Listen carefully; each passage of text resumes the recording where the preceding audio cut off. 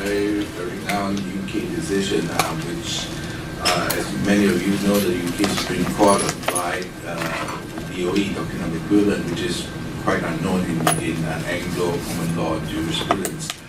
So the question then for a lot of countries that follow UK jurisprudence is, has the rules on infringement changed? Well, we had a very recent case in Singapore also on infringement, and the issue that came up was whether or not DOE, doctrine of equivalent, apply to claim construction and determining infringement.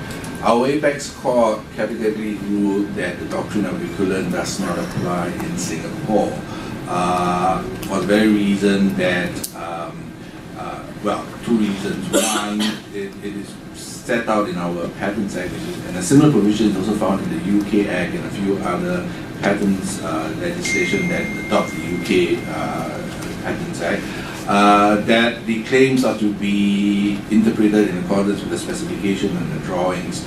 And so based on that, the Singapore Apex Court ruled that the current ruling on claim construction, which is a purposive approach to claim construction, continues to apply in Singapore, and that dates back to the Kiriam-Chen decision many years ago.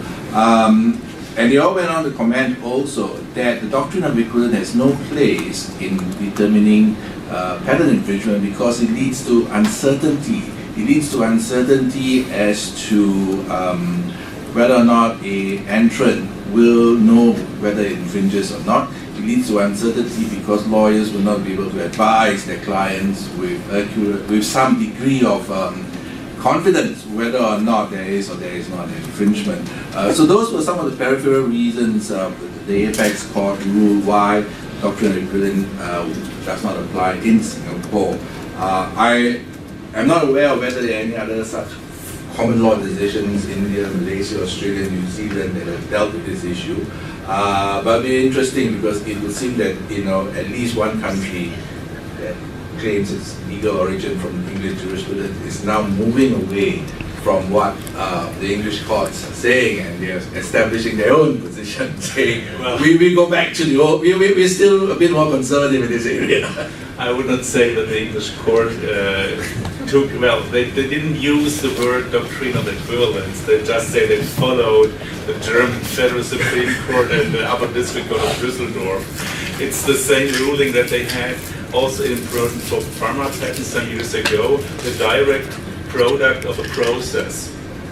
It's also protected, obtainable by this process. So if it comes directly, unequivocally from this process. And here the English High Court followed the rulings of the German Imperial Court from 1916 and 17, which I found very fascinating. This was a decision in 2003. So they follow, and they try, say in Europe, but he can say better than me on that, but all the judges are trying to get a sort of harmonized, not 100% harmonized, but a sort of similar approach under consideration of our national traditions. And that's, I think, the reason why our English colleagues would never take the term doctrine of equivalence.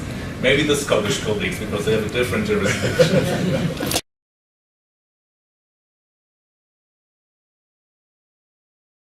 Alleged patent infringement. Sometimes they win, sometimes they don't. So if they win, then they stop the biosimilar coming to the market. If they lose, at the end of the day, the damages that are payable is obviously the loss of market share.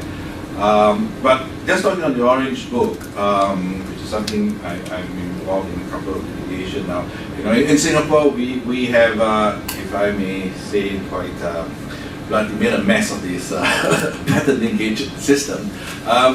Singapore, as part of its free trade obligations with the United States, introduced the patent linkage system into Singapore. And so, for all biosimilars that want to launch into the Singapore market, needs to get a similar kind of FDA approval, and it needs to disclose whether or not it's the pharmaceutical product or process is from a patented product or not.